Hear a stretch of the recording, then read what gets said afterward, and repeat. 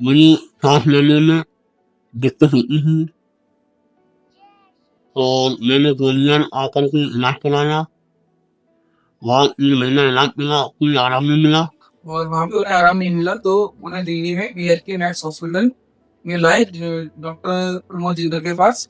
A 58-year-old male came to us with some breathing difficulty since last 2 months. हमने उनको पूरी तरह से इन्वेस्टिगेट किया in form of x ray, CT scan and other investigations, and then we found out that he is having pus on his left side of the chest.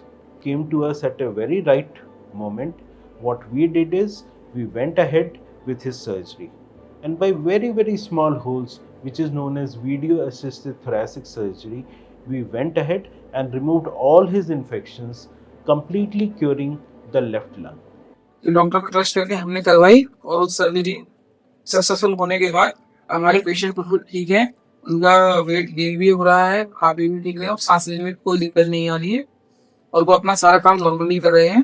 Thank you BLK-Max hospital Pramod Jindal. All the best कहते हैं और अपनी व्यायाम शुरू रखें और अपने lungs का बहुत अच्छे से ख्याल रखें।